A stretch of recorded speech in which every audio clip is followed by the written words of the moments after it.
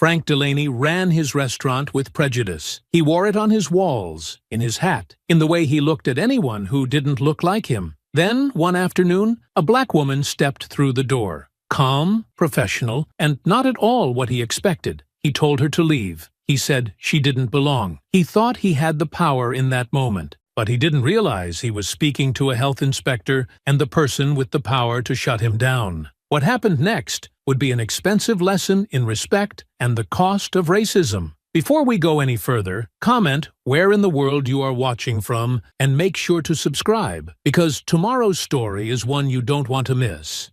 The tires of the state-issued gray sedan rolled quietly over the cracked asphalt of County Road 7, past fields gone dry in the heat, past rusted mailboxes that leaned a little more each season, and past a faded wooden sign that welcomed visitors to Hartswell, Georgia, though it didn't feel like much of a welcome. The air out here didn't carry the noise of the cities she was used to. It moved slower, thicker, wrapped in that weighty southern humidity that clung to your skin and didn't let go. Tasha Freeman didn't mind. She'd driven into worse towns with worse reputations and colder eyes. She wasn't here for a greeting. She was here for the job. The restaurant wasn't hard to spot.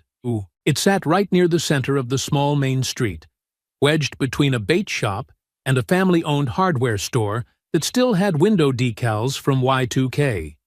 A large American flag rippled proudly above the front porch, next to a bright red, white, and blue We Won banner that had definitely seen better days. Over the door hung the hand-painted wooden sign, Frank's Smokehouse, complete with a little pig holding a rifle carved into the corner. And pacing just under the covered awning, greeting a white couple leaving with to-go bags, was the man himself wearing a red MAGA hat and a cigarette hanging from the corner of his mouth like it had been waiting all day to be noticed. Tasha parked across the street and let the engine idle for a moment longer than needed. She adjusted the collar of her state-issued polo, checked that her ID badge was clipped neatly, and glanced down at the leather satchel beside her. Inspection forms, thermometer, gloves, a clipboard that had been with her through a dozen towns that looked just like this one. She didn't get nervous anymore, not really,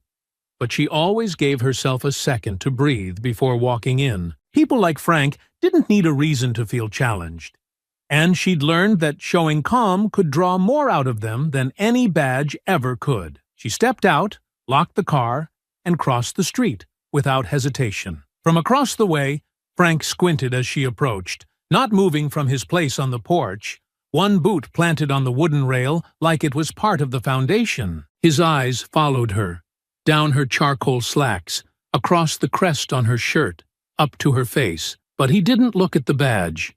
He didn't ask her name. He just watched like he was waiting for her to speak first.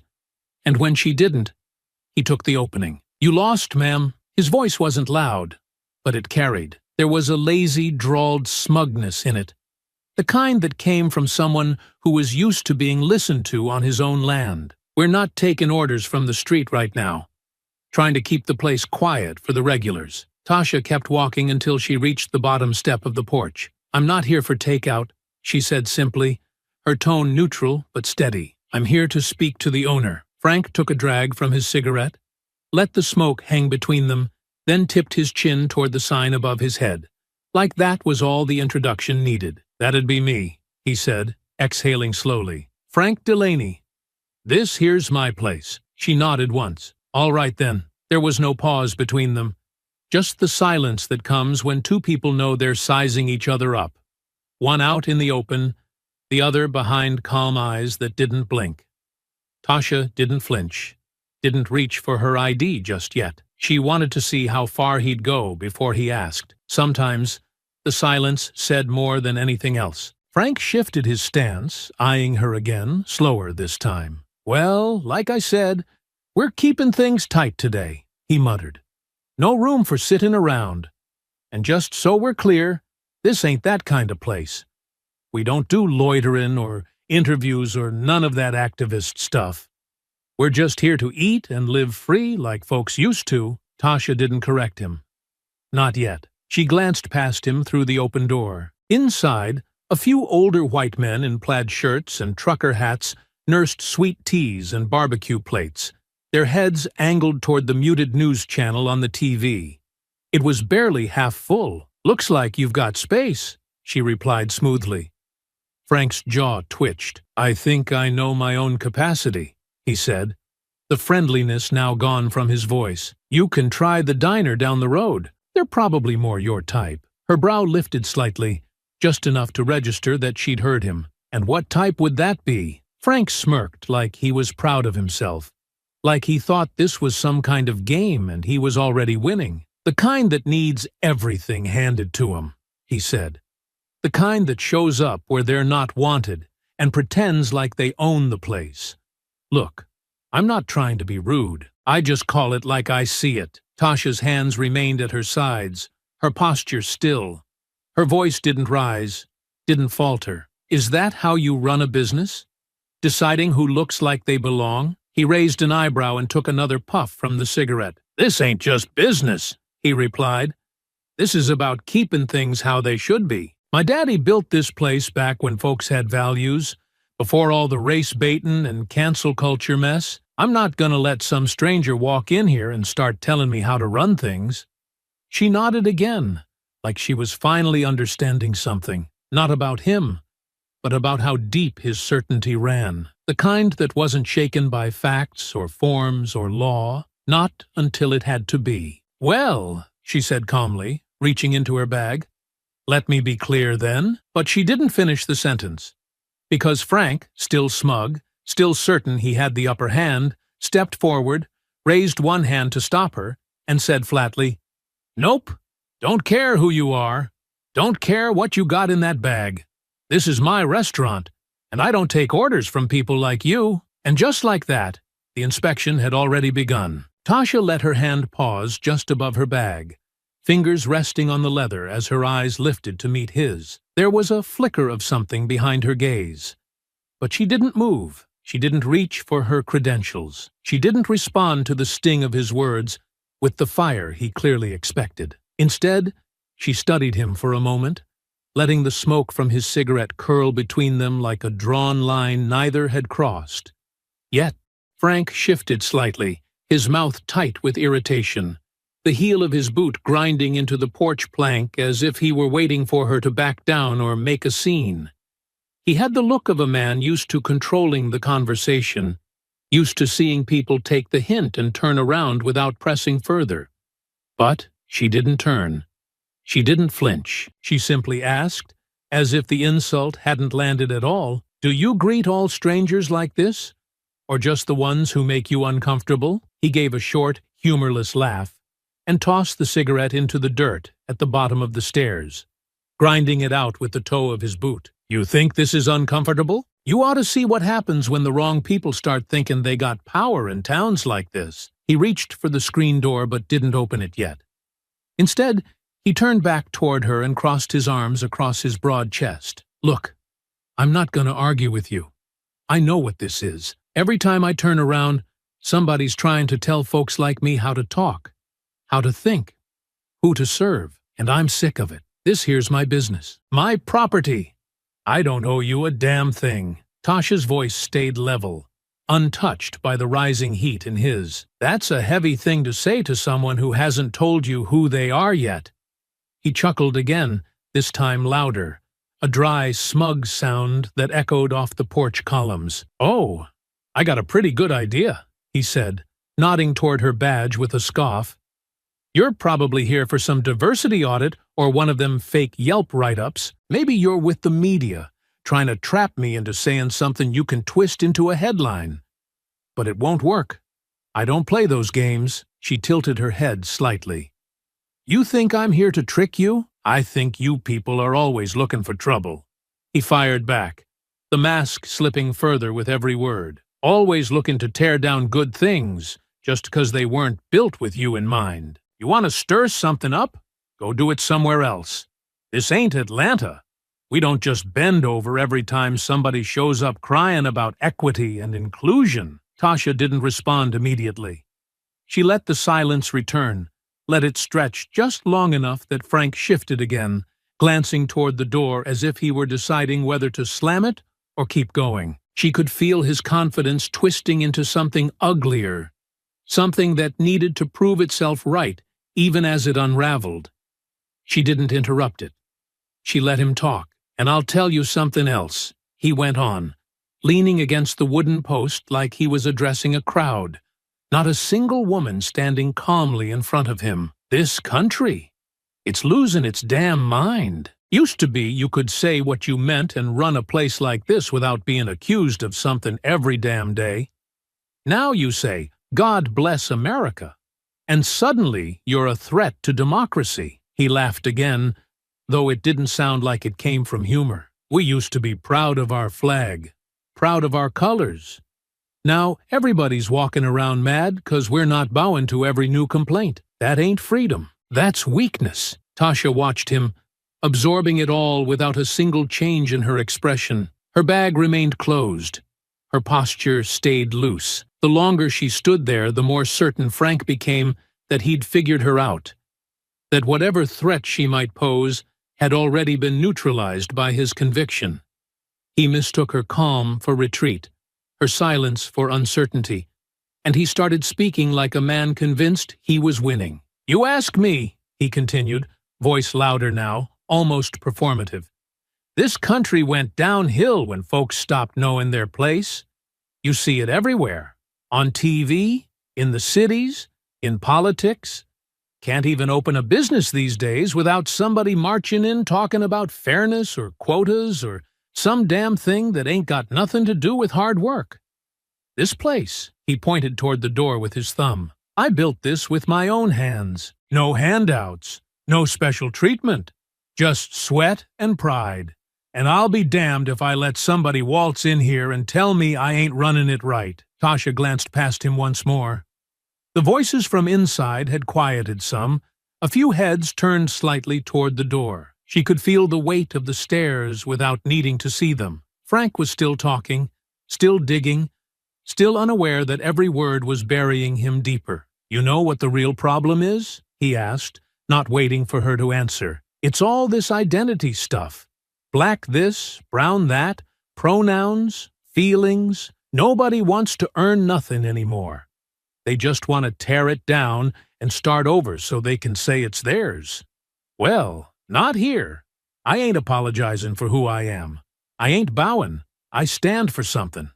Always have." For a moment, Tasha said nothing. The wind shifted, pushing the smell of slow-cooked ribs and charcoal out toward the street. The heat clung a little heavier to the back of her neck, and yet she didn't move. Then, calmly, evenly, she opened the flap of her bag and pulled out the leather folder she'd been resting her hand on the entire time. She didn't offer it to him, just let it hang there in her grip, visible enough that the gold-embossed lettering on the front caught the light. The seal of the Georgia Department of Public Health gleamed against the worn leather. "Mr. Delaney," she said, her tone unchanged, "I'm not here to march, protest, or make a scene. I'm here because your restaurant was due for a surprise inspection 2 weeks ago. You were notified by mail. You ignored the notice. This is a follow-up." Frank's face tightened. He blinked. The confidence didn't vanish. It just stalled. "You're the, what?" "Health inspector," she said. He stared at the folder in her hand, then back at her, like the words hadn't registered. "No, no, no. You're messing with me. They don't send people like you for things like this." Tasha raised one eyebrow. "People like me? I mean, hell. You know what I mean," he stammered, his words tripping now. "I thought they were sending someone official. Someone with a name I could look up. Somebody normal." Her tone didn't change, but the words landed heavier now. "Normal?" she asked. Frank turned red in the face. "I didn't mean it like that. I meant, damn, I don't know what I meant. Look, I don't have time for all this. You're not coming in here with that. I don't care what badge you're flashing. This is my place." Tasha didn't move forward. She didn't demand entry. She simply closed the folder again and held it at her side. So you're refusing an official inspection? I'm refusing a damn setup, he snapped. You show up here unannounced, dressed like that, talk in circles. I don't know who sent you, but I want someone real. Someone who knows how this works. Tasha took one step back down the stairs, not retreating, just setting the distance. I'll file the refusal, she said. The state will follow up. You'll be hearing from us soon. Frank laughed, but it didn't carry the same pride as before. Good, maybe they'll send someone white next time. Tasha didn't react, not with anger, not with insult. She turned away without another word, walked back toward her car, and didn't look back. But even as she walked away, Frank didn't know he'd just failed the most important inspection of his life. Tasha didn't slam the door when she got into the car. She didn't mutter under her breath, or punch the steering wheel, or roll her eyes at the closed-mindedness she'd just left on that porch. Instead, she sat in the driver's seat for a moment, let the door click shut behind her, and reached calmly for the clipboard tucked beside the passenger seat. She flipped it open, adjusted the forms, and began writing. Her handwriting neat, deliberate, every line recorded without emotion, without exaggeration. She noted the refusal. She detailed the verbal statements. She listed the obstruction and quoted him word for word. Then she signed the bottom, dated it, and slid it into the folder behind her badge. Across the street, Frank was still on the porch, arms spread wide as he spoke to two older men who'd stepped outside to smoke. One wore suspenders that barely held up his faded jeans. The other had a beard even longer than Frank's, stained with barbecue sauce. From where she sat, she couldn't hear the words, but she didn't need to. She saw the gestures, the raised hand mimicking her voice, the mockery in his laugh, the pointed finger toward her car.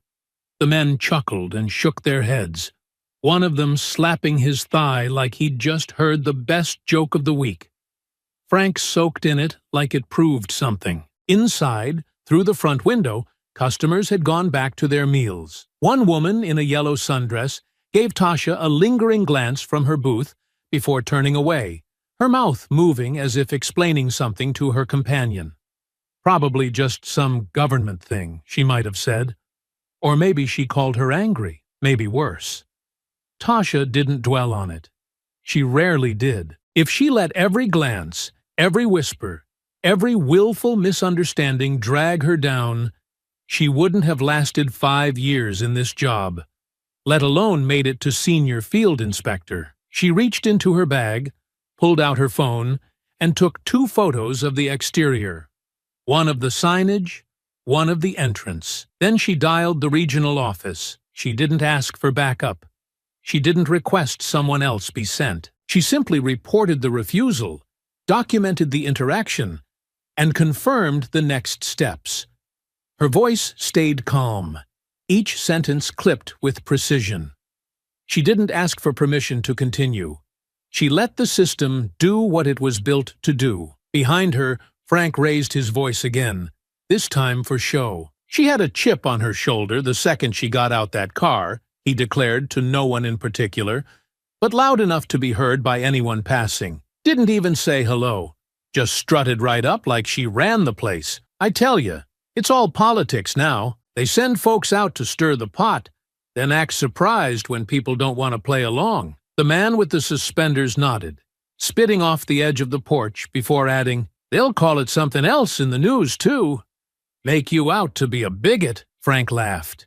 "Please, I know what I saw. She wasn't here to inspect nothing. She didn't even bring tools. Just that attitude. It's all fake, just like the rest of this crap. I bet they got some lawyer ready already, trying to catch me slipping. That's why I told her, no way, not here. We're done being pushed around." The woman in the sundress stepped outside with her iced tea and chimed in, "You're probably going to be on the internet by tonight."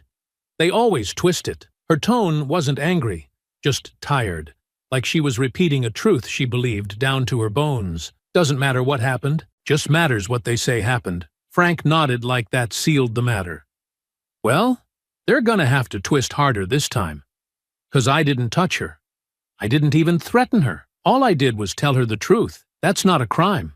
Not yet, anyway." Across the street, Tasha finished her call, returned the clipboard to her bag, and started the engine. She didn't glance back at the porch. She didn't need to. She'd seen enough. The paperwork was already moving, and whether Frank believed in the law or not, the law still applied to him. By the time she reached the highway turnoff, the inspection was already listed as a formal obstruction case. Within the hour, her report would be reviewed. A court order for entry would follow. And if Frank thought his rant ended things, he was about to learn just how long the consequences could stretch. He didn't see it coming. Not because she hadn't warned him, but because he'd never believed someone like her could carry real weight. Not in his town, not in his country, and certainly not on his porch. Back inside the restaurant, Frank strutted through the dining room like he'd just won something. He patted shoulders, refilled drinks, and made a show of smiling big for his regulars. When someone asked about the little situation out front, he waved it off with a grin. "Just a misunderstanding," he said. "Some out-of-towner with a badge thinking she could throw her weight around. She found out quick how we handle things here." He didn't notice the teenage server watching him from behind the soda fountain.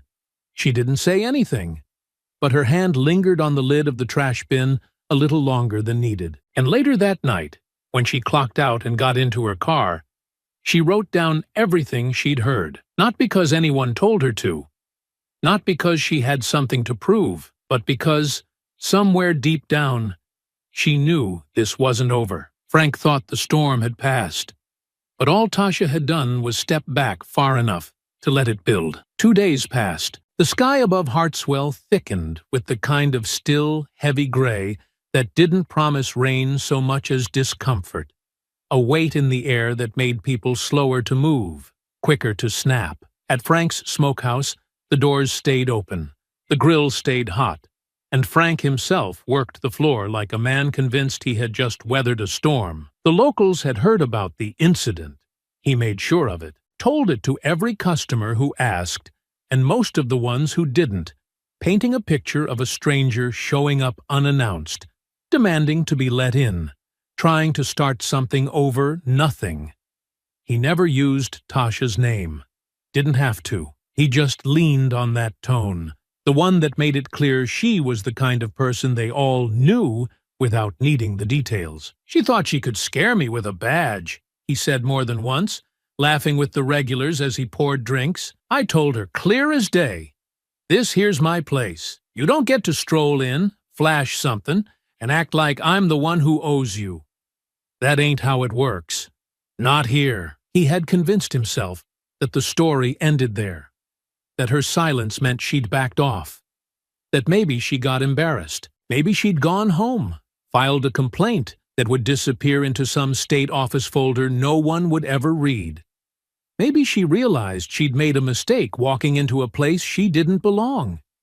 In his mind, that made him the winner. That illusion lasted until the white sedan pulled up again, this time with 2 other state employees stepping out beside Tasha. They didn't walk fast, didn't march, or wave anything around. They moved with quiet efficiency, stopping just short of the porch as Tasha opened the folder in her hands and removed a single sheet.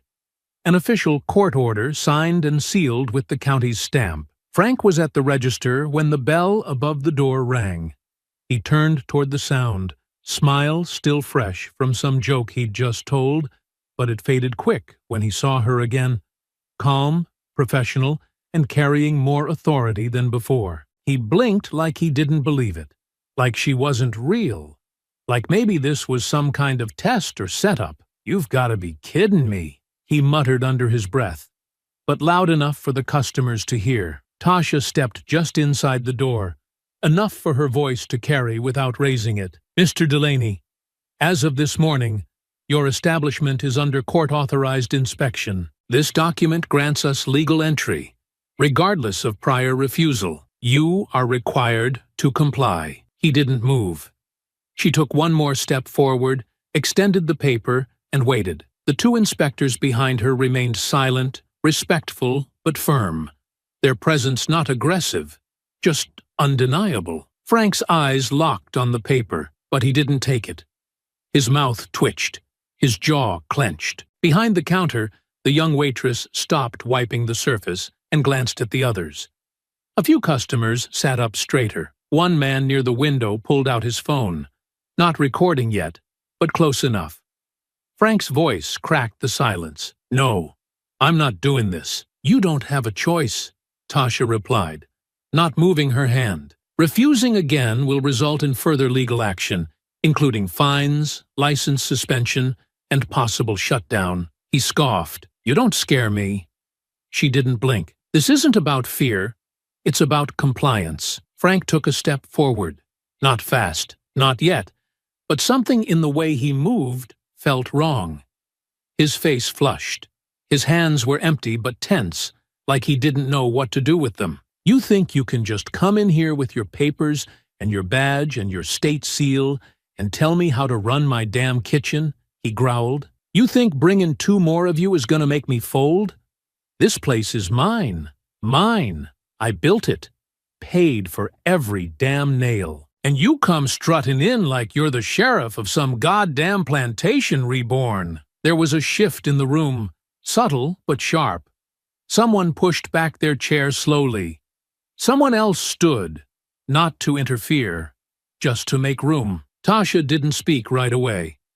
She watched him, measuring the distance, the tone, the way his voice shook now, not from fear, but from the kind of rage that had no direction, only heat. She didn't raise her voice. She simply extended the document again. "This is not optional," she said. "If you continue to obstruct a lawful inspection, I will file immediate charges. And this restaurant will be shut down. Permanently." Frank's hand moved suddenly. Not for the paper, but to knock it away. The single sheet fluttered to the floor as his voice burst out. "You don't shut down nothing. You don't have that kind of power." He surged forward. It wasn't just a shove.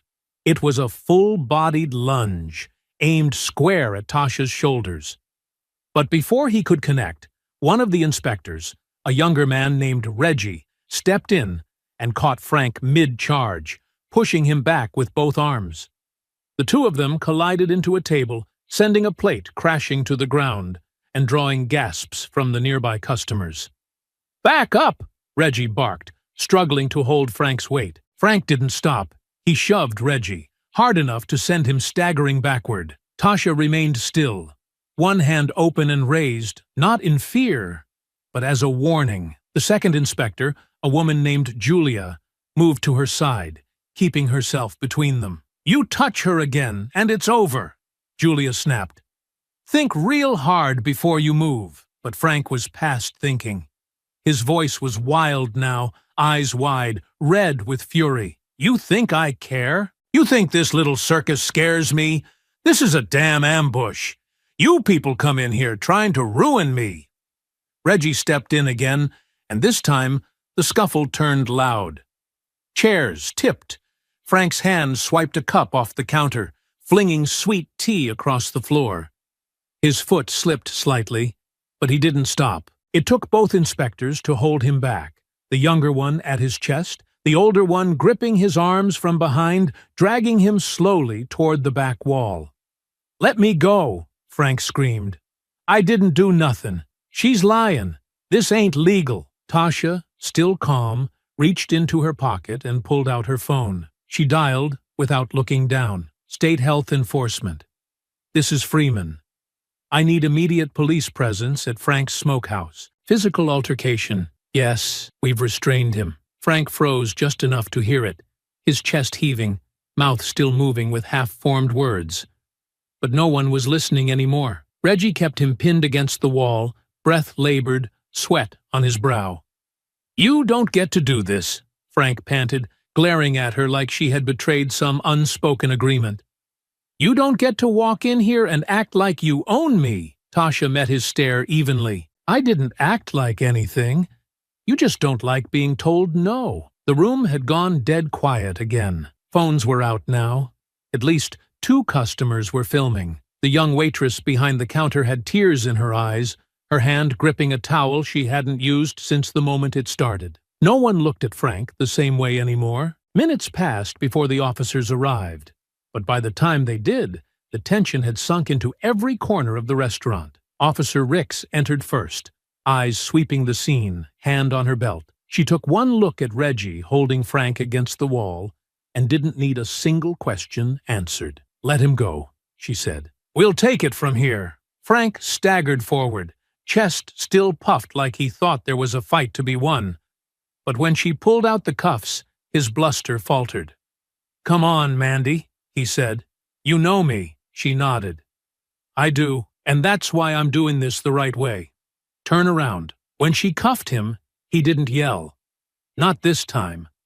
His mouth moved, but no words came out. The cameras were still rolling. The customers were still watching. And Tasha didn't move until the door closed behind him. The door closed behind the officers with a finality that didn't leave room for confusion. The silence that followed wasn't the kind that invited comfort. It was stiff, awkward, and heavy. The kind that settled when people knew they'd witnessed something bigger than they'd expected, but didn't yet understand the shape of. The few remaining customers avoided each other's eyes. Some stood awkwardly near the front. Others slowly gathered their things and stepped outside without a word. No one finished their meals. The only sound was the soft squeak of rubber soles across the floor as Reggie bent to pick up the court order from where it had fallen, smoothing the creases with his thumb before handing it back to Tasha. She took it quietly, nodded once in thanks, and tucked it into the folder. Her hands were steady, her breathing even.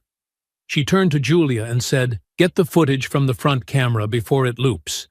I'll file the official report tonight." Julia nodded and moved quickly toward the office in the back while Reggie followed, muttering that he'd check the storage room and clean up the broken plate. No one had to say it, but the inspection would have to wait. The violence had changed the nature of everything. This was no longer about health code violations.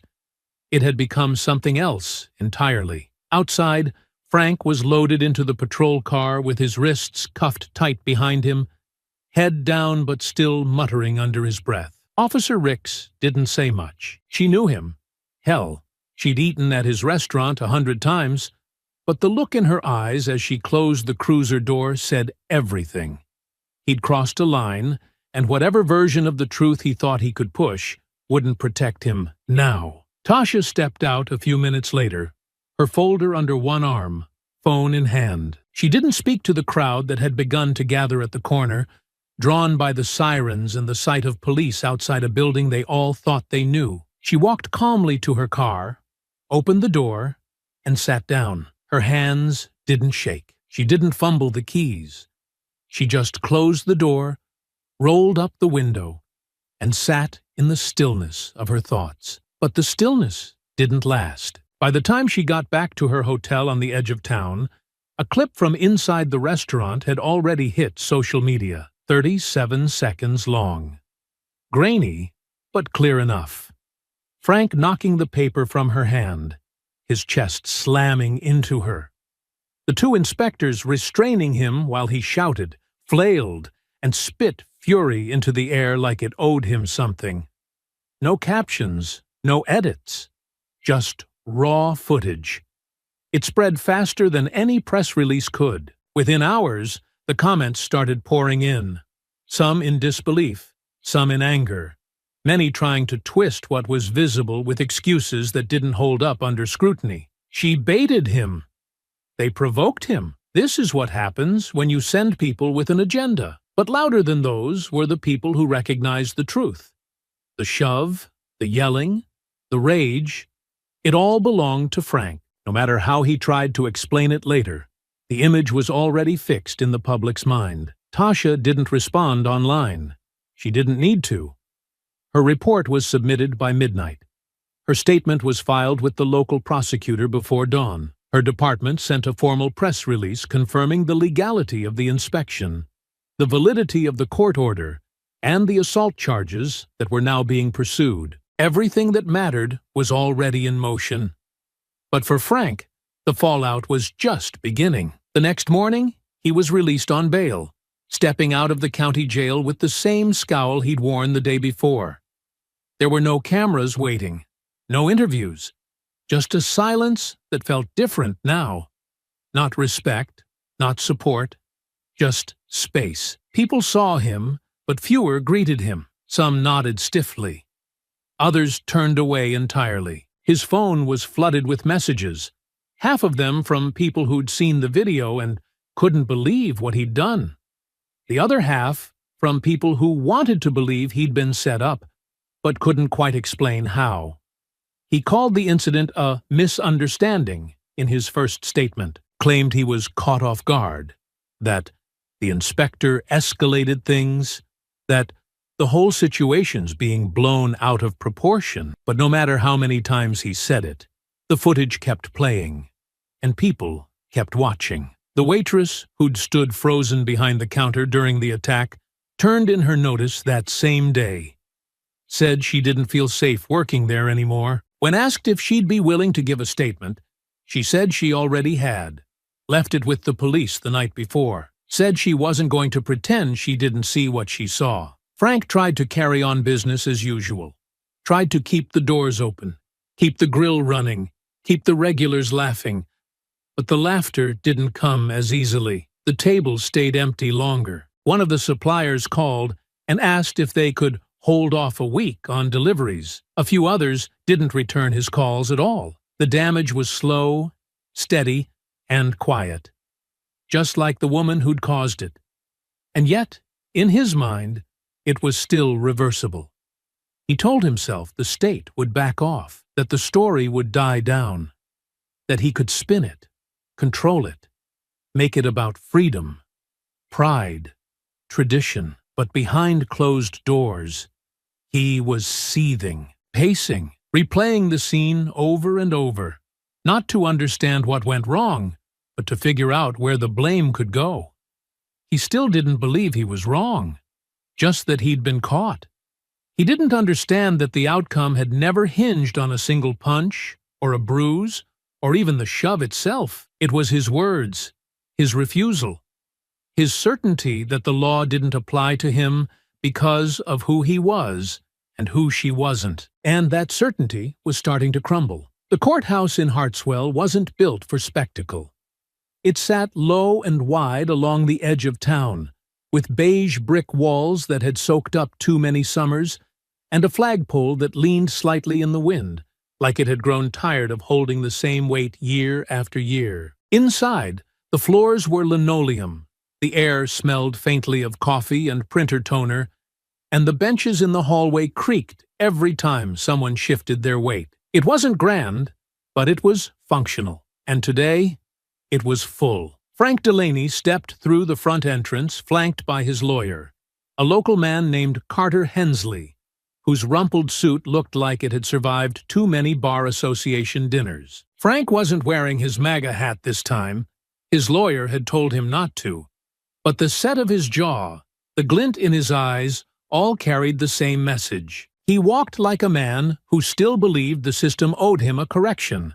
Like whatever had happened last week wasn't the start of anything, just an inconvenience that would be brushed off once someone in power finally came to their senses. Carter leaned toward him as they moved through the hallway. Just remember, say nothing unless I tell you. Don't talk to reporters. Don't talk to anyone inside. This hearing's procedural. Let's not turn it into something worse. Frank kept walking, ignoring the few people who glanced up from their phones as he passed. They're trying to make an example out of me. They are, Carter muttered. Because you gave them the opening, Frank grunted.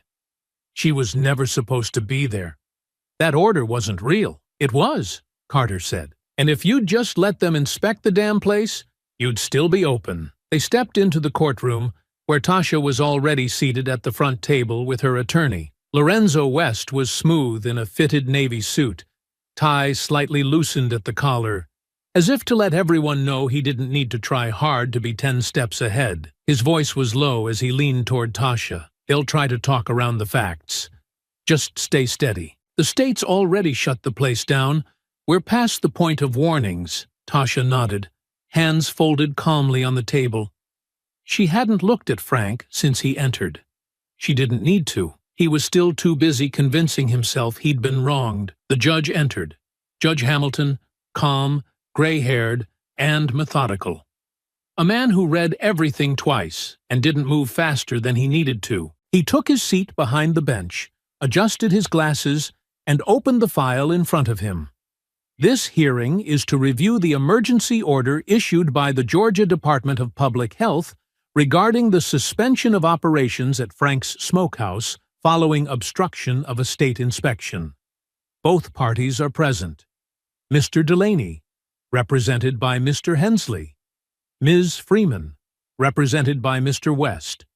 Let's proceed. Carter rose. Your Honor, the defense asserts that the inspection attempt in question was unannounced, confrontational, and failed to follow typical protocol. My client did not deny entry with the intention of obstruction.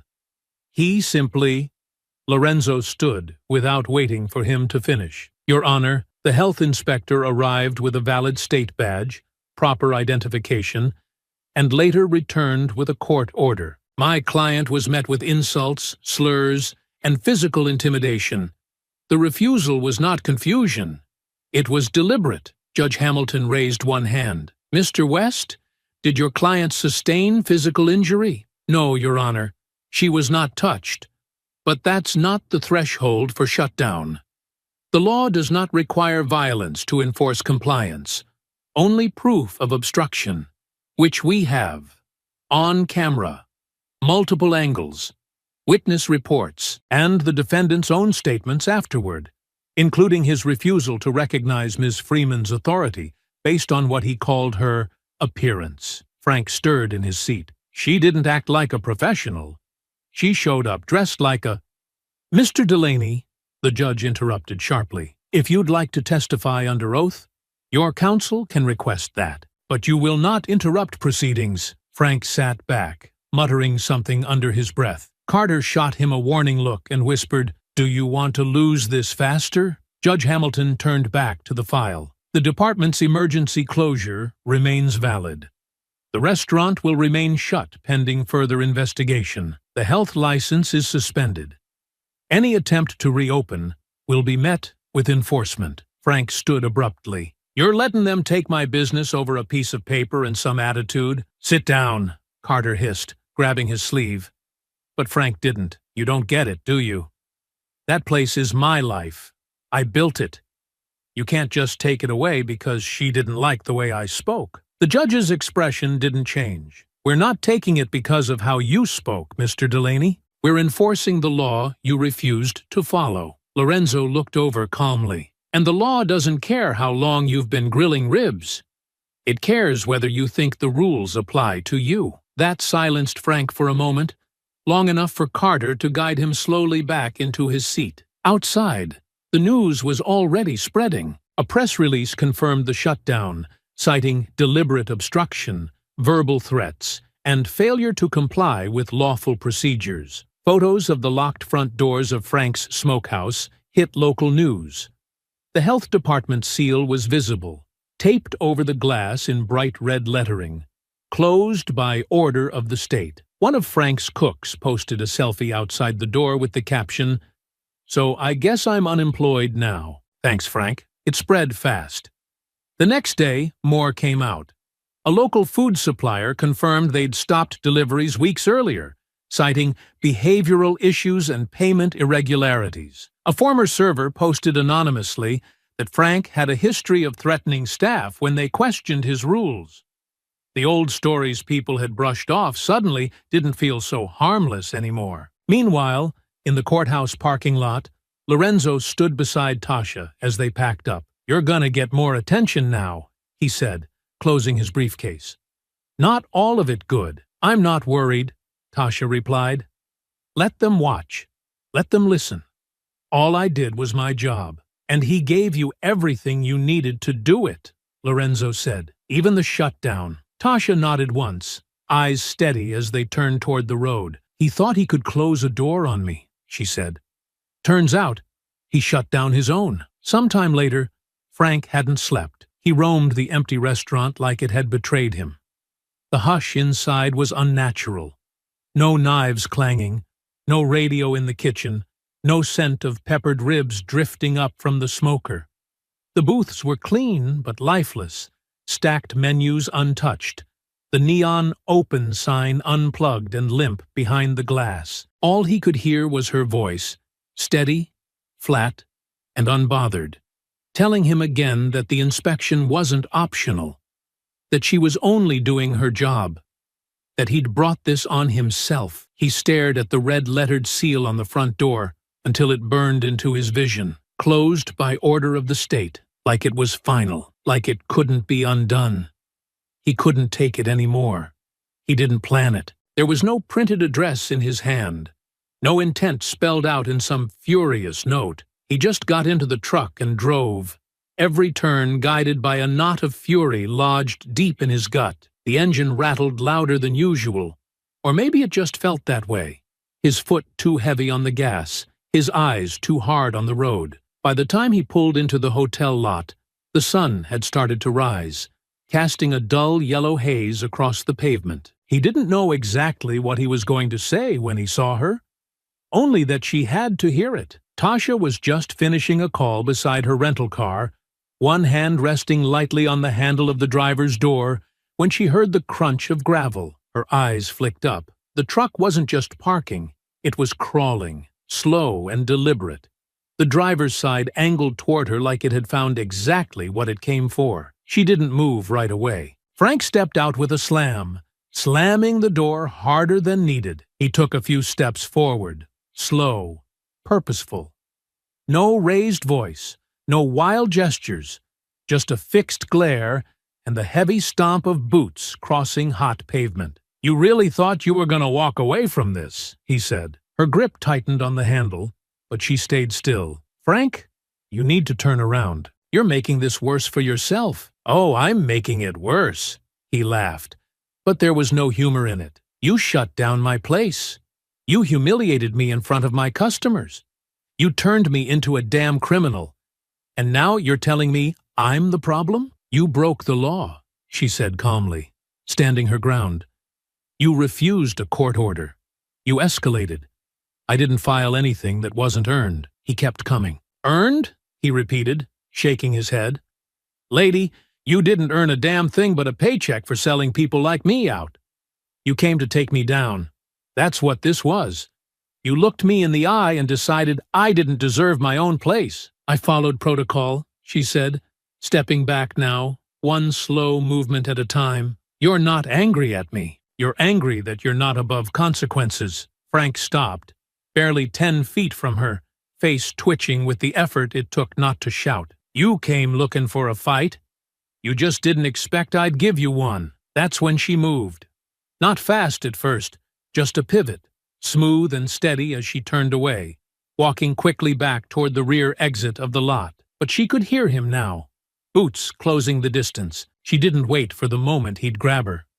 She broke into a sprint, cutting between 2 parked cars and down the narrow alley behind the hotel, her bag slapping against her hip with every stride. Behind her, Frank gave chase, his voice rising into a mess of fury and breathless rage. "You think this makes you brave? You think you can run your mouth and run away too?" She cut left at the end of the alley, ducking beneath a low, hanging pipe, her heart thudding hard against her ribs as her shoes pounded uneven pavement. The back lots opened up into a line of closed storefronts.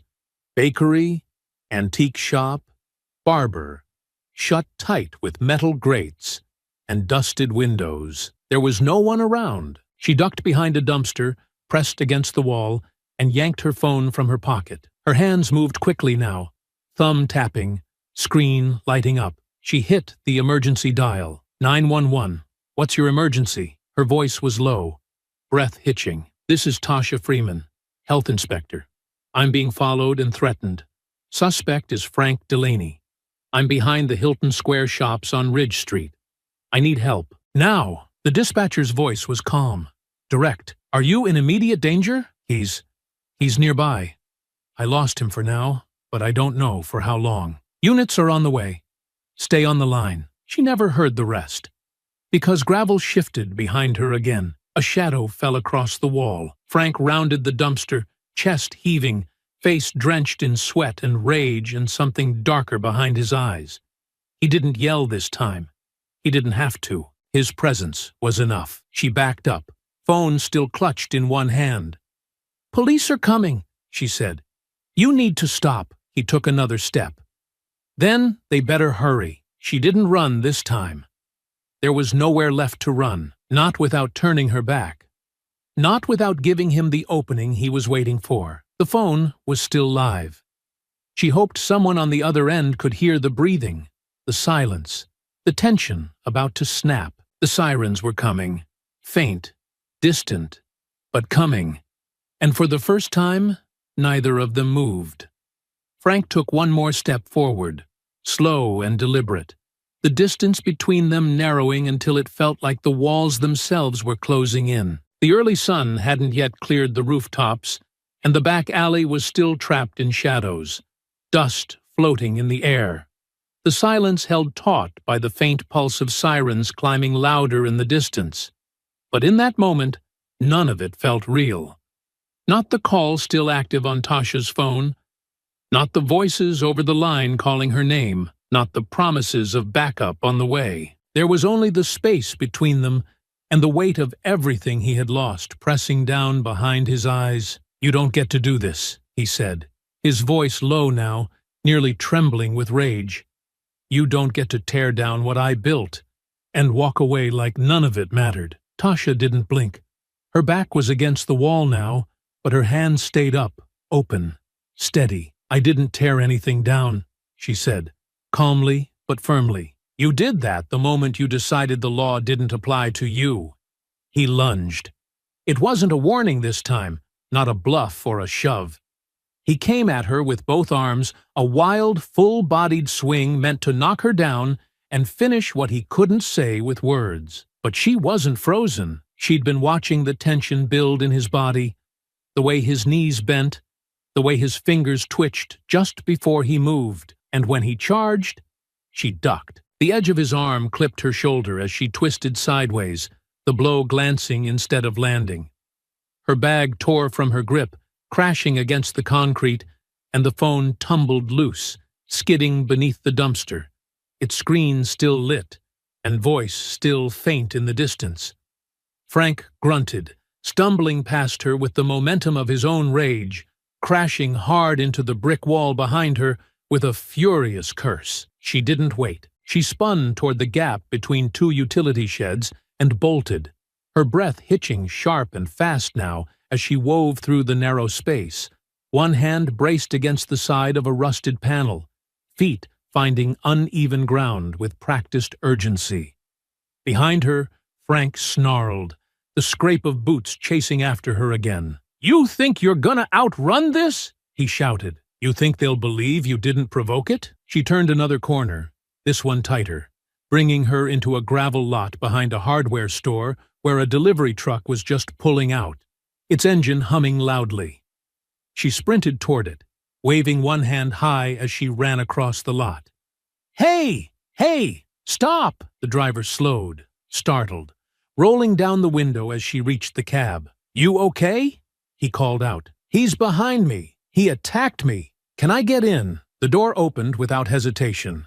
She climbed into the passenger side as the driver blinked in confusion, but he didn't ask questions. He threw the truck into gear and pulled forward into the street, just as Frank stumbled into view behind them. Out of breath, eyes locked on the cab, fists clenched so tight his knuckles had gone pale, but he didn't move. He stopped there, in the middle of the lot, panting, glaring, arms slack at his sides now, as the truck eased into traffic and began to roll away. His chest heaved with frustration, but he didn't follow. The distance had finally grown too wide, and then came the sound that split the air. Sharper now, clearer. Police sirens, no longer distant, now right around the corner. Red and blue lights sliced across the buildings as two cruisers swept into view.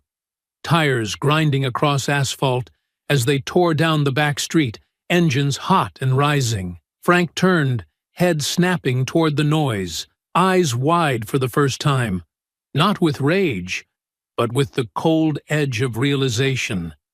His legs twitched like they wanted to move, to flee, to disappear before the lights closed the distance. But he stood there instead, frozen between the instinct to run and the futility of it. Tasha, safe inside the truck now, turned to look through the side mirror. She didn't smile. She didn't flinch. She just watched as the cruisers closed in, and the weight of every decision Frank had made finally began to catch up with him. The truck rolled forward another 50 feet before easing to a stop near a fire hydrant, the driver glancing between the mirrors, trying to make sense of what he'd just driven into. Tasha's hand gripped the door handle, her knuckles tight, but her eyes stayed fixed on the lot behind them, watching Frank, not with hate, not even with anger, but with the same measured focus she had carried into the courtroom, the restaurant, and every space where someone assumed she didn't belong. Frank turned as the first cruiser came into view, tires biting the pavement as it pulled into the lot. The second followed tight behind, sirens cutting off with abrupt finality, doors flying open before the dust had even settled. One officer, tall and broad, stepped out with a hand on his holstered sidearm. The other, smaller in stature but quick-footed, moved toward Frank without hesitation, shouting clear commands. "Hands up! Show me your hands!" Frank's arms shot up as if they weighed nothing, his breath still ragged, chest heaving, voice caught somewhere between defiance and panic. "I didn't touch her," he yelled. "I didn't hurt nobody. Keep your hands where we can see them. Face the vehicle." Frank turned slowly, still shouting. "She's the one who ruined me. She came after me. She made this personal." Tasha opened the passenger door and stepped out. Her legs were still tense from the sprint, her breath still settling beneath her ribs, but her voice didn't shake when she spoke. "He chased me through 2 lots, she said, her voice aimed directly at the officers now. "He cornered me. He tried to grab me." The taller officer nodded once and moved in, gripping Frank's wrists with practiced firmness. "You're being detained for questioning. If you resist, it escalates. You understand?" Frank twisted slightly, still trying to speak over everyone. "She's lying. This is her word against mine." "No," Tasha said firmly, stepping forward as the other officer joined her, pen and pad already in hand. "The phone call was live. The dispatcher heard everything. They have the recording." Frank froze as the cuffs clicked tight behind his back, the metal digging into his skin, his expression twisted. Not from pain, but from something deeper. A realization that this wasn't going to be spun into a misunderstanding, that the story wouldn't shift in his favor no matter how loud he got. "You don't get it," he muttered over his shoulder. "They'll use this to destroy everything. My name, my family." "You did that," Tasha replied, stepping closer now, her voice still even. "Every step you took, every time you said no, every time you let your hate decide for you, you wrote this ending." The younger officer looked to her gently. "Ma'am, you all right?" Tasha nodded slowly, though her jaw tightened for a moment before she spoke. "I'm fine. Just need to catch my breath." "We'll take it from here," the officer said. "You can give your full statement at the station when you're ready. You sure you're not injured?" She shook her head. "No injuries. Just tired of being the one who's supposed to stay calm while men like him lose control." Frank turned his head slightly, cuffed, but still desperate to reclaim something. "You think this makes you better than me?" "No," Tasha answered. "It just means I finally don't have to listen to you anymore." Frank didn't speak again. They walked him to the cruiser with less resistance this time, his steps slower, his posture no longer puffed up with pride. The cameras were already out, phones lifted by employees at the nearby gas station, by a woman waiting for a bus across the street, by a teenager who'd recognized Frank from the video that had gone viral days before. This would be the next clip. No filters, no edits, just the man who'd refused an inspection now sitting in the back of a police car, silent, cuffed, exposed. Tasha remained near the truck, watching it all unfold with a steadiness that surprised even her. The fear hadn't disappeared. It still sat somewhere beneath the surface, a sharp tremble waiting in her ribs, but it didn't control her. Not now. Not anymore. The officer beside her offered a soft glance. "You did everything right." She didn't smile. "I know." She watched as the cruiser pulled away, the red and blue lights flashing faintly across the brick buildings, then fading into the curve of the street ahead. Frank's silhouette shifted once behind the tinted glass, then disappeared. And just like that, he was gone.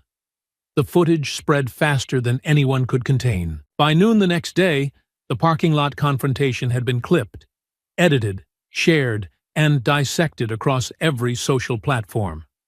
Someone had captured the chase in fragments: Frank's wild gestures, Tasha's escape into the truck, the way the police moved in, fast and certain, their voices sharp and practiced. Another video surfaced from a gas station security camera, showing Tasha's sprint across the lot, the fear on her face impossible to ignore, the urgency in her movements unmistakable. There was no ambiguity this time, no space for spin or excuse. This wasn't politics. This was a man chasing a woman through town after threatening her over doing her job. And now, the whole country had seen it. The hashtags picked up speed, merging with the ones already circling from the initial restaurant incident. Inspectors deserve protection. Dank Frank Delaney. Tasha Freeman. Chan shut down for good. News stations caught up quickly. Local outlets ran the story by mid-afternoon. National networks by the evening. Tasha's name was suddenly everywhere, though she hadn't asked for it, hadn't given interviews or posted a statement. She'd said what needed saying in the lot behind that truck.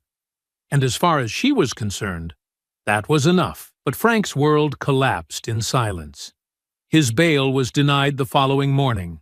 Flight risk, repeated aggression, and a growing list of complaints now stacking up behind the latest attack. The district attorney had already announced additional charges: felony obstruction, attempted assault, stalking. His mugshot ran side by side with the freeze frame of Tasha pressed against the truck door, hands braced, mouth mid-breath, the contrast too perfect to ignore. People who once called Frank a hometown staple now avoided using his name.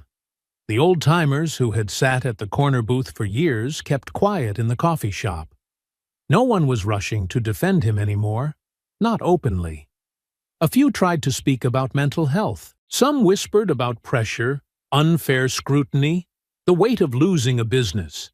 But those voices faded quickly under the sound of the footage playing again and again, under the questions about accountability, about privilege, about what it meant to see a white man chase a black woman through a public street and still think he had something to defend. At the center of it all, Frank sat alone in a cell in the county detention center. No visitors, no phone calls released to the press, no statements. Just four walls, a cot, and the weight of everything he thought he could control slipping through his fingers. Even his lawyer had changed tone. Carter Hensley appeared at a press conference 2 days after the arrest, standing behind a plain podium outside the courthouse, his face tight with exhaustion, his words carefully chosen. "My client regrets the actions taken last week. We are not denying the seriousness of the incident.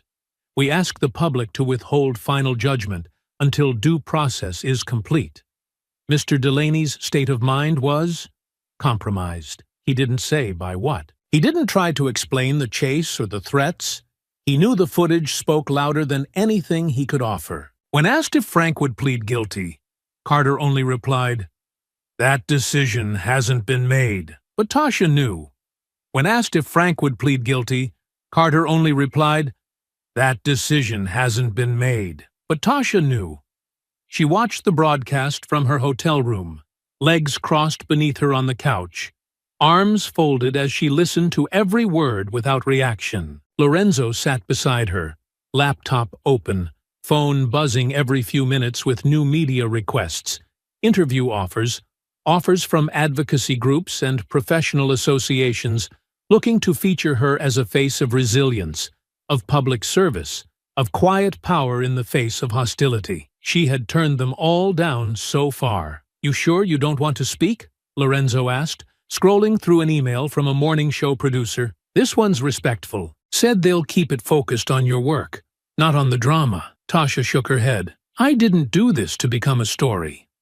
I just showed up to inspect a restaurant." He gave a small smile. "And he gave you a courtroom instead." "I gave him every out," she said quietly. "I gave him space to act right, to listen, to comply. He chose this. You gave him more than most would have. I gave him the same patience I give everyone. That's not special. That's my job." Downstairs, a group of protesters had gathered near the hotel entrance. They weren't loud, not disruptive, just holding signs to black women, support inspectors, accountability matters. Tasha had seen them earlier, nodded once as she passed, but hadn't stopped. She appreciated the support, but she didn't need noise. She needed follow-through. Frank's remaining assets were frozen by court order that same week. The smokehouse building was already listed for auction to cover unpaid taxes and legal penalties. The health department announced statewide training updates, including new protections and escalation protocols for inspectors following the incident. Tasha's case had triggered something larger than her, and she knew it, but she didn't celebrate. She didn't feel victorious. She just felt steady. The courtroom was quiet when Tasha entered, not the kind of quiet that came from boredom or routine, but the kind that pressed down on the room, thick and watchful, like even the air was waiting to see what would happen next. There were no cameras inside, no shouts from reporters, no crowd spilling into the aisles. But the silence had weight. She felt it in every step down the aisle, in the subtle shift of heads turning toward her, in the stillness behind Lorenzo as he stood at the front table, his presence steady and sure. Frank didn't look at her when she passed. He sat stiffly at the defense table in a dark suit that tried to hide the damage. His face clean-shaven, his hair trimmed, his posture stiff, but his eyes gave him away. They kept flicking from the judge to the door to the papers in front of him, as if the right page might still have the answer, as if the weight of everything he had done could be rewritten by showing up clean and silent. But Tasha knew better. She knew that silence wasn't regret. It was strategy, and it was failing. She took her seat beside Lorenzo and didn't speak. She didn't need to. Her part had already been said, already recorded, already played back to the room with her voice calmly stating the facts, while Frank's own actions filled the gaps. The court had heard the 911 recording, had seen the inspection refusal, had read her report, had watched the shaky footage of the chase through the parking lot. No amount of courtroom polish could erase what everyone had already seen for themselves. She didn't remember most of what the lawyers said that day. Lorenzo stood when he needed to and spoke plainly, never raising his voice, never pressing too hard. He didn't posture or pace. He just laid it out, clean and unshakable, how she had done her job, how Frank had turned that into a threat, how he chased her down with a rage that had nothing to do with procedure and everything to do with control. Frank's lawyer tried to pull the edges back together, tried to paint the picture of a man under pressure, overwhelmed, pushed too far. But even Carter sounded tired now, his voice less sure than before, like he was walking through a story he no longer believed in. He spoke about confusion, misunderstanding, the stress of watching a livelihood collapse, but none of it matched the voice in that parking lot. None of it explained the sprint, the threats, the desperate look in Frank's eyes when he realized she wasn't afraid of him. The judge gave no indication of which way he was leaning. He just listened, scribbled notes, asked a question or two. His expression never changed, and Tasha was glad for that. It made the room feel even, like for once, emotion didn't decide the outcome. When it ended, the judge said he'd deliver a decision within 24 hours. The gavel came down. The room stirred. People stood. Frank didn't move. Tasha rose quietly, gathered her things, and followed Lorenzo down the aisle without looking back. But as they reached the doors, she felt the stare again, heavy and pointed. She turned once, just briefly, and saw him watching her, his mouth closed, his eyes locked, like he still couldn't understand how all of this had slipped out of his control. And in that moment, she didn't feel pity or anger or satisfaction. She felt clarity.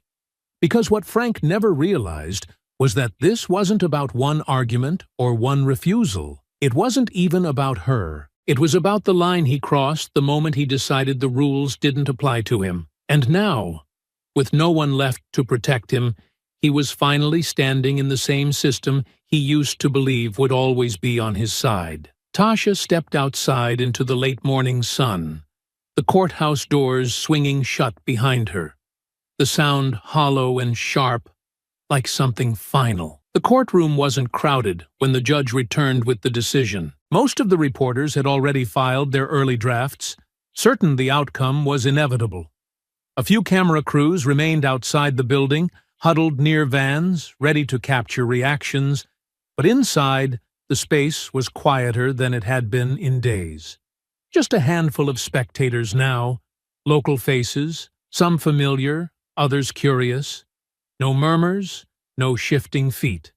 Just that same thick silence, waiting to be broken. Tasha sat in the front row beside Lorenzo, her bag resting against her ankle, her hands clasped in her lap. She hadn't slept much the night before. Not from anxiety, but from everything that had settled inside her. The weight of it all. Not just the fear she'd carried in that alley, but the history behind it. The way people like Frank had always assumed the world would bend around them. The way they never expected someone like her to stand firm. Frank entered with the bailiff, dressed in the same suit he'd worn all week.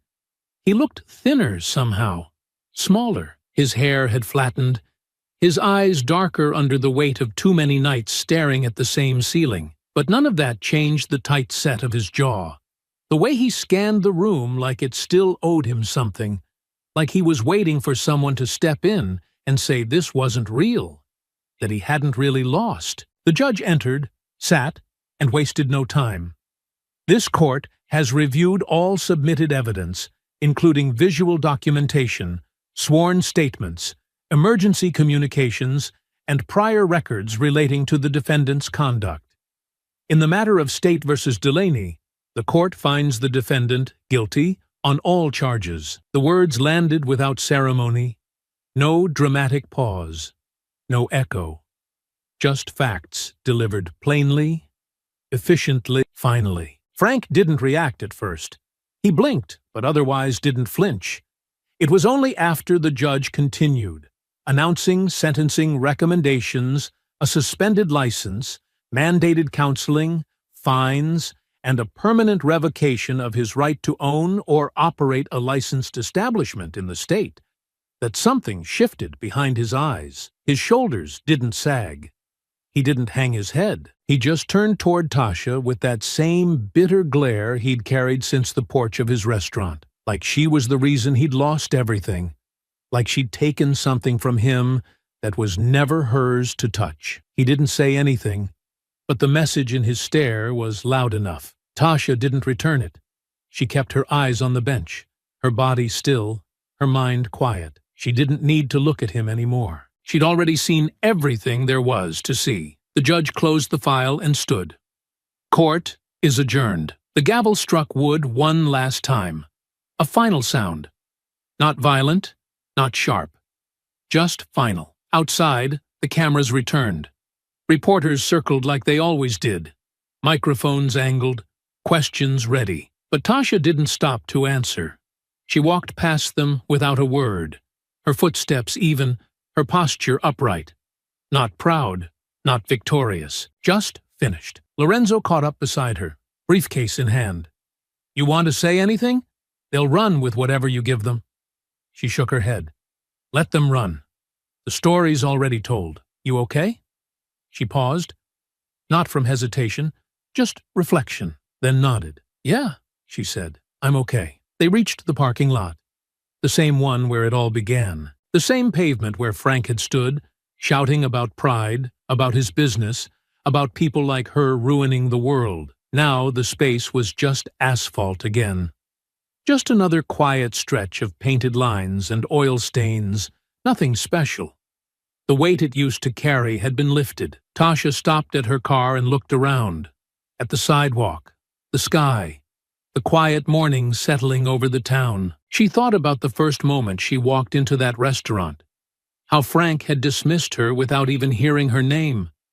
How sure he had been that his power was safe. How quickly that certainty had crumbled the moment he realized she wasn't there to argue or shout or match his rage. She had just shown up and followed the rules and refused to be moved. He had lost not because she'd attacked, but because he couldn't understand how someone could be stronger without ever raising their voice. She reached for the door, opened it, and looked back one last time. Not at the courthouse, not at the crowd, just at the stillness that followed justice, and for the first time in a long time, she let herself feel it. Not victory, not relief, but closure. Months later, the road hadn't changed much. It still curved through the southern edge of town like it always had, still dipped past the gas station with the crooked sign, still climbed toward the ridge before dropping back down into the old business strip.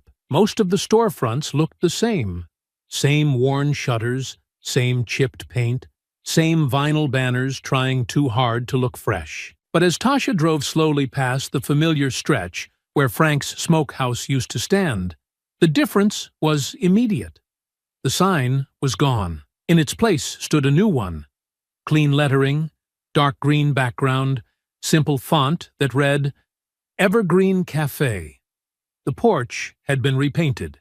The MAGA flag was gone, replaced by hanging plants and a chalkboard easel with a handwritten lunch special. A small line curved out the door. Families. A few teens with backpacks. An older couple holding hands, waiting quietly under the awning. The windows were clear now. No stickers, no slogans. Just light. Tasha pulled over across the street and cut the engine.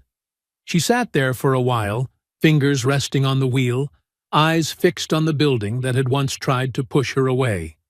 For a moment, she didn't move. She just watched the people come and go, listened to the low hum of traffic rolling by, let the quiet settle into her chest. The old place didn't look angry anymore. It didn't look proud either. It looked like it had let something go. She exhaled, slow and deep, and leaned back against the seat. It had been months since the trial ended. Frank had taken the sentence without speaking. No apology, no admission, just silence. The story had trended for a week or two, then faded, like they always did, replaced by the next outrage, the next clip, the next fire to chase. But it stayed with her. Not just what happened, but the way people talked about it afterward. The way some still called it an overreaction. The way others insisted it proved something was broken, only to go quiet when the next headline came. She remembered the ones who said she was brave and the ones who called her dramatic, and how both somehow missed the point. She hadn't wanted to be a symbol. She just wanted to do her job without someone deciding her presence was a threat. But this country didn't always allow that. Not for people like her. Not when the rules were bent so easily by those who thought they were above them. Not when silence could still feel like safety, and speaking up still carried risk. Frank wasn't the beginning, and he wouldn't be the end. He was just another reminder of how quickly civility could be weaponized, how deep some people buried their hate behind flags, menus, and smiles. She turned her head and looked down the block. There was a mural now, painted across one of the side walls a few buildings down. Bright oranges and blues, a field of faces rising from a backdrop of mountains and sky. At the center was a black woman in a field uniform, clipboard in hand, eyes forward. It wasn't her, not exactly, but it carried her story. Someone had cared enough to paint it. Someone had cared enough to make sure it stayed. She smiled faintly, then let it fade, because the work wasn't done. It never really would be. The system bent under pressure but rarely broke, and even when it cracked, it always tried to return to shape. People like Frank weren't rare. They were just loud enough to remind you they were still around. And people like her, calm, steady, unwilling to shrink, were still expected to carry more than anyone else could see. She reached for the keys, turned the ignition, and pulled back onto the road. The new cafe disappeared in the rearview mirror, the line of customers growing smaller behind her. The past finally left in the distance. She didn't need to walk through the door to know she'd already changed it. I hope you enjoyed that story. Please share it with your friends and subscribe so that you do not miss out on the next one. In the meantime, I have handpicked 2 stories for you that I think you will enjoy. Have a great day.